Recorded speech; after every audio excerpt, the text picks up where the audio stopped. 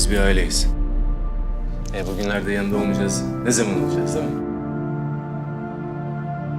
Biz bugünler için varız.